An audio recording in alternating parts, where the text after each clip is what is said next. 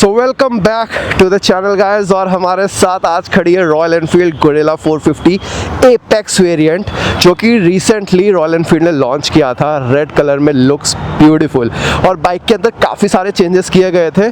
Appearance wise पहले आपको बता देता हूँ क्या क्या चेंज है। फ्रंट में यहाँ पे आपको एक विंड स्क्रीन छोटी से एक काउल सा दिखाई देगा जाएगा, और रेयर में टेल सेक्शन पर भी आपको सीट काउल मिलता है, जिसकी वजह से बाइक जो है ना थोड़ी सी स्पोर्टी लगती है। और रेड कलर आंखों में एकदम से इतना लग रहा है ना कि मतलब पता लग रहा है कि बाइक कुछ है, एक रोड प्रेजेंस क्रिएट कर रही है। So apart from that, bike को अगर आप देखोगे तो ऐसा कोई भी चेंज नहीं है, सिमिलर ही है जैसे गोरिल्ला आती है। यहाँ पे आपको एलईडी हेडलाइट, एलईडी इंडिकेटर्स वगैरह मिल जाते हैं। ब्लैक कलर में आपको एलॉयज मिल जाते हैं। एंड आई थिंक मौसम इतना प्यारा हो रहा है कि हमें ना चलते चलते बात करनी चाहिए। सो सबसे पहले देखो, ये है हमारी रॉयल एनफील्ड की एंड ये है खूबसूरत सा स्पीडोमीटर, गोरिल्ला लिखा आता है। ये स्पीडोमीटर भाई बहुत अच्छा स्पीडोमीटर लगता है। और इसको मैनेज करने के लिए ये है स्विच गियर, जहाँ पे आपका यहाँ पे हाई बीम लो बीम का बटन है, यहाँ पे आपका मेन्यू का बटन है। यहाँ से आपकी जो स्क्रीन है वो टॉगल होती है जस्ट लाइक दिस। एंड इस पर काफ़ी सारी इन्फॉर्मेशन मिलेगी, ट्रिप 1, ट्रिप 2, फ्यूल रेंज, मतलब फ्यूल रेंज पे रखते हैं 171 की फ्यूल रेंज है। राइट हैंड साइड पे आपको यहाँ पे इग्निशन स्विच मिल जाता है। अगेन यहाँ पे मेन्यू का ऑप्शन मिल जाता है, जहाँ से आप राइडिंग मोड सिलेक्ट कर सकते हो। अब राइडिंग मोड के अंदर चेंज हुआ है, आपको स्पोर्ट्स और स्ट्रीट मोड मिलता है। पहले इको और परफॉर्मेंस मोड मिलता था, और साथ ही आपको हैजार्ड लाइट का भी ऑप्शन मिल जाता है, जो कि यहाँ पर है।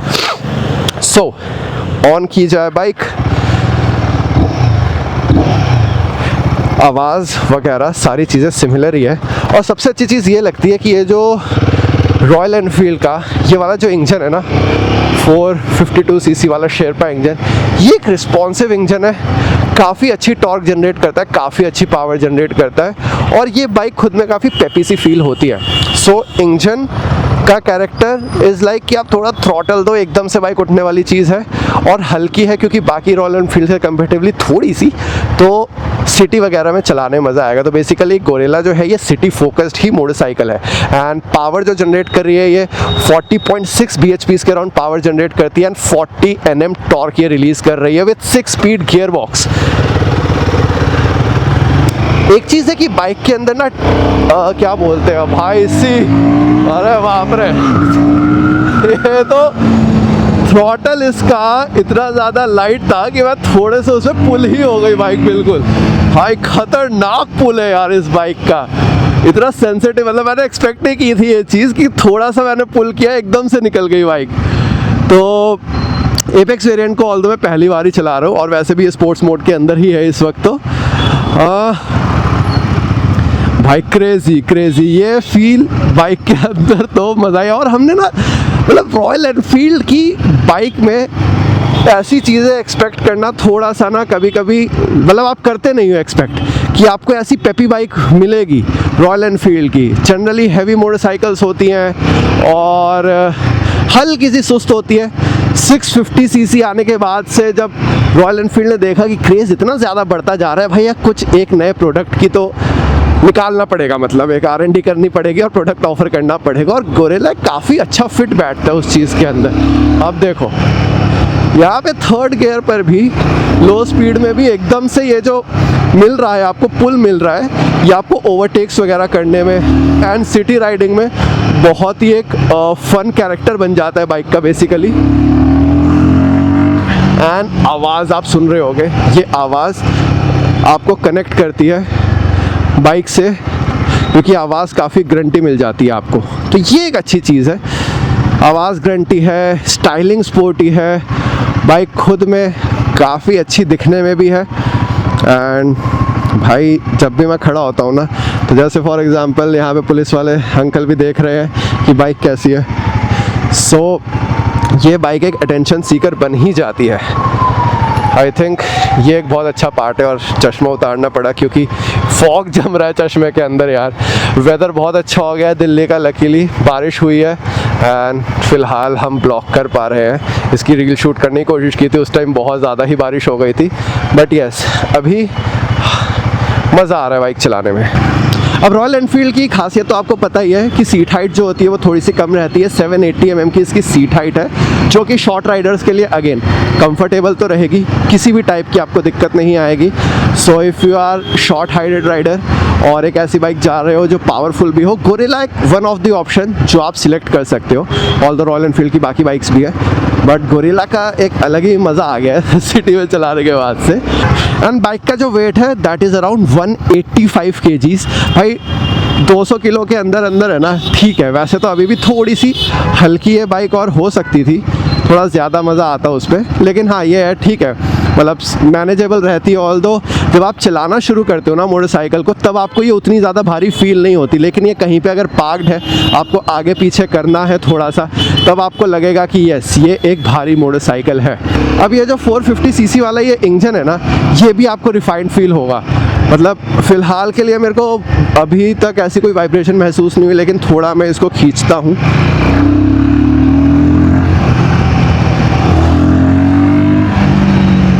ओके, तो हायर आरपीएम्स में आपको थोड़ा फुटपैक्स में और टैंक के पास, यहाँ पे थाइस के पास, टैंक के पास से आपको वाइब्रेशंस फील होंगी।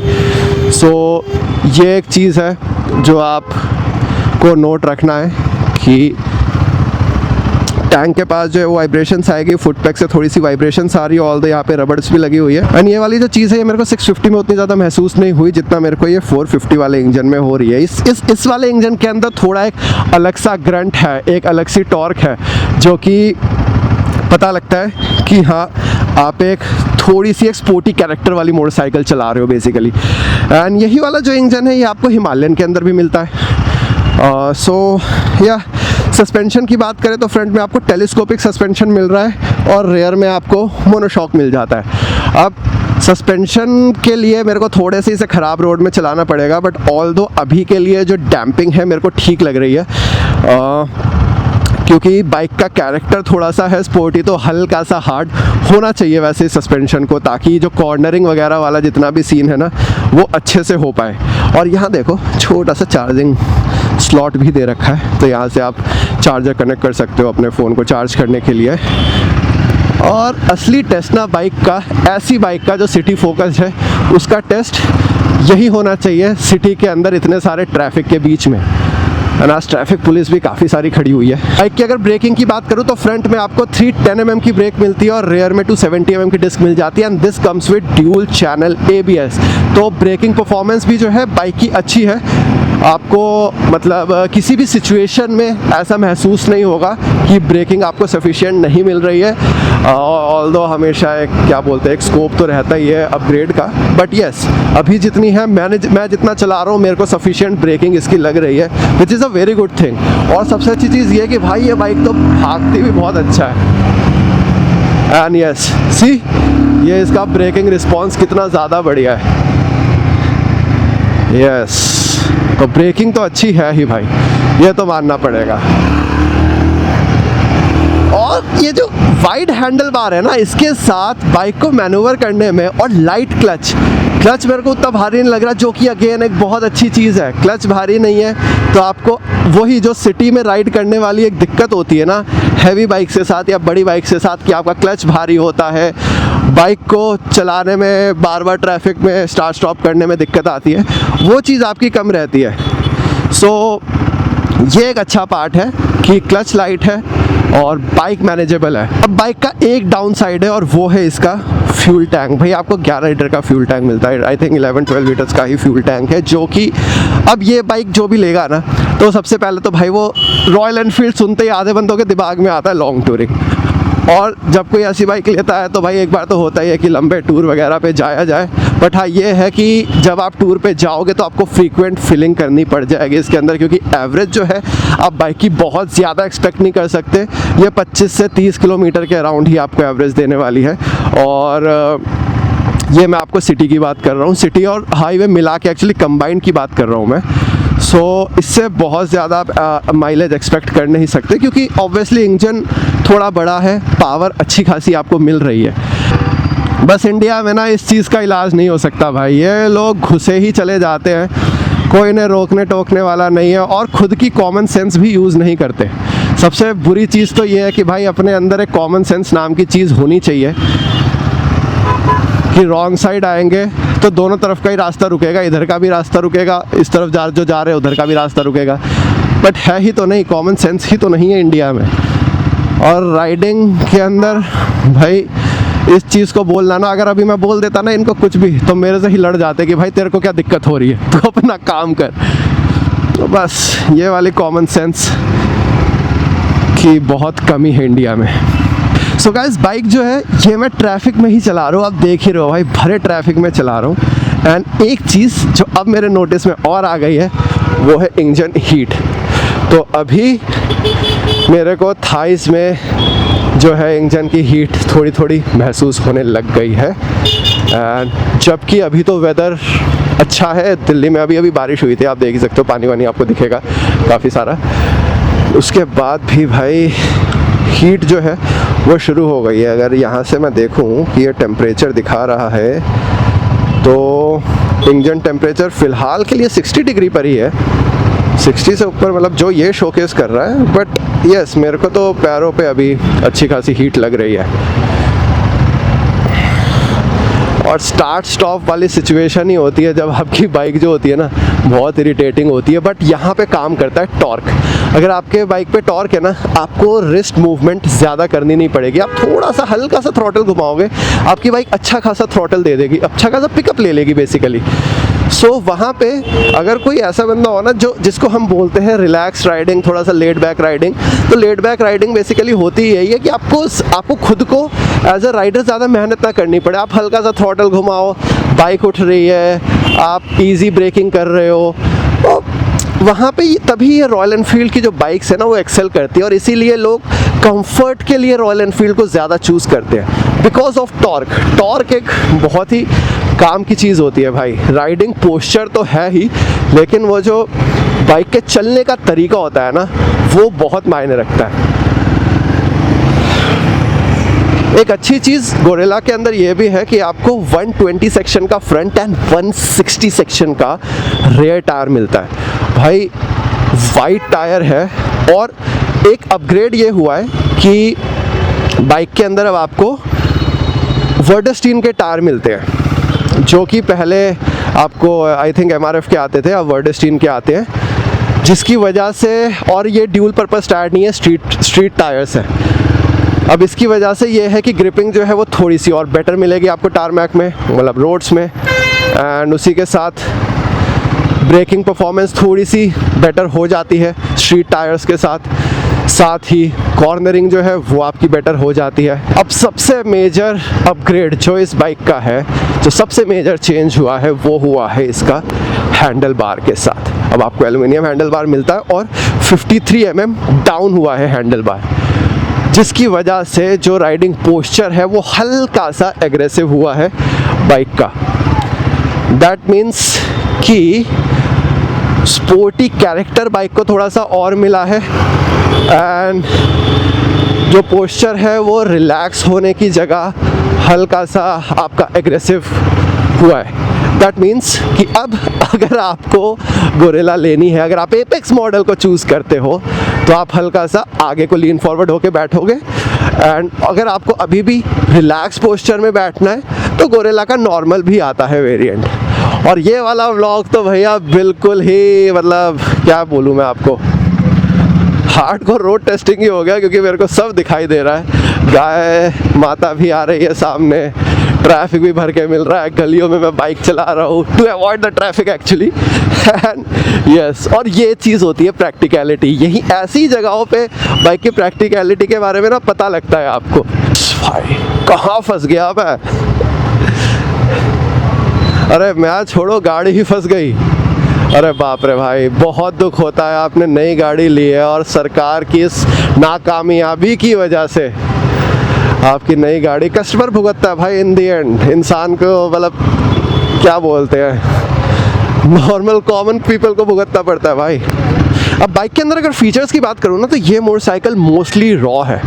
इसके अंदर ट्रैक्शन कंट्रोल भी ऑफर नहीं होता, इसमें सिर्फ आपको ड्यूल चैनल ABS मिलेगा और राइड बाय वायर मिल जाती है। अब राइड बाय वायर के साथ मेरे को एक चीज़ लगती है, जो राइड बाय वायर का रिस्पॉन्स है ना स्टार्टिंग में गोरिल्ला का क्या है कि थोड़ा सा एक लैग और फिर एकदम से उठेगी। ये चीज़ मेरे को राइड बाय वायर की अच्छी नहीं लगती। वायर्ड के अंदर मेरे को ऐसा लगता है कि आपको प्रिसीजन ज़्यादा बेटर मिल जाता है थ्रॉटल का, which is a good thing. और साथ ही ये है कि आपको ये तो मिल ही रहा है, अपना TFT स्क्रीन तो मिल ही रही है। सो इसके अंदर आपको पूरा गूगल मैप इंटीग्रेशन मिल जाता है। तो फीचर के मामले में ये कुछ ही चीज़ें हैं, बाकी अदरवाइज टेक्निकली एज सच कोई फीचर आपको ऑफर नहीं होगा, like traction control, quick shifter वगैरह, ऐसा कुछ भी नहीं है। बट ये है कि हाँ, USD सस्पेंशन अगर थोड़े से आ जाए तो मे बी इसका वो स्पोर्टी वाला कैरेक्टर और एनहांस हो जाएगा। अब बात करते हैं गोरिल्ला 450 के कॉम्पिटिटर्स के बारे में। सो ये बाइक जिन बाइक्स के साथ डायरेक्ट राइवल करती है, सबसे पहली बाइक तो उसके अंदर है आपकी स्पीड 400 फ्रॉम ट्रायम्फ। अब ट्रायम्फ और इसमें जो मेजर डिफरेंस आएगा वो है आपका सीट हाइट का। तो ट्रायम्फ जो है वो थोड़ी सी ऊंची मोटरसाइकिल है compare to Gorilla. So short riders के लिए उसके थोड़ी सी प्रॉब्लम हो सकती है, ऑल्दो वो बाइक भी is very much refined. And Triumph का थोड़ा सा बस ये रहता है सर्विस नेटवर्क वगैरह एंड ऑल का कंसर्न लोगों को। ऑल्दो ट्रायम्फ की सर्विसिंग का इंटरवल 16,000 किलोमीटर का है, तो वहाँ पे ये है कि आपको साल में एक बार आप सर्विस करा सकते हो अगर आपने 16,000 चलाई। अगर कोई बहुत ज़्यादा चलाता है तो ज़्यादा 2 हो जाएगी, लेकिन गोरिल्ला की सर्विस थोड़ी सी फ्रीक्वेंट होती है क्योंकि सर्विस इंटरवल कम है। एंड साथ ही स्पीड और गोरिल्ला का ऑल्दो जो नेचर है, जो कैरेक्टर है, दोनों बाइक ऑलमोस्ट सेम है, बट इस पे आपको थोड़ी सी पावर ज़्यादा फील होती है। गोरिल्ला के अंदर पावर थोड़ी सी आपको ज़्यादा फील होगी, वो टॉर्कीनेस हल्की सी इस पे मिलेगी, लेकिन स्पीड जो है वो थोड़ी लाइट वेट है कंपेयर टू गोरिल्ला। दोनों के अपने प्रोज एंड कॉन्स है, बट यस ये बाइक डायरेक्ट स्पीड का राइवल है। एंड दोनों के बीच में चूज़ करना थोड़ा सा ट्रिकी हो जाता है, but yes right now I am riding the gorilla. तो मेरे को जो इसकी चीज़ें अच्छी लगी मैं आपको वही चीज़ बता सकता हूँ फ़िलहाल। And this product is very good for the city, not so good for long rides. And seat comfort क्योंकि उतना भी मेरे को बेटर नहीं लग रहा है इस बाइक का। साथ ही पिलियन के लिए भी अगर आप बिठा के जाओ तो उतनी ज़्यादा कंफर्टेबल बाइक नहीं रहेगी। छोटा फ्यूल टैंक है तो थोड़ी सी दिक्कत होगी। And apart from that good motorcycle. So I think हमने सारे ही प्रोज एंड कॉन्स, सारी ही चीज़ें डिटेल में डिस्कस कर ली है गोरिल्ला के बारे में। सो आई होप आपको समझ आ गया होगा कि एपेक्स वेरिएंट जो है उसके अंदर क्या क्या चीज़ें ऑफ़र हो रही है। एंड कैसी लगी आपको भाई कमेंट करके जल्दी से बताओ। लाइक शेयर सब्सक्राइब करना बिल्कुल मत भूलना। मैं मिलता हूँ आपको नेक्स्ट वीडियो में। Till then stay tuned.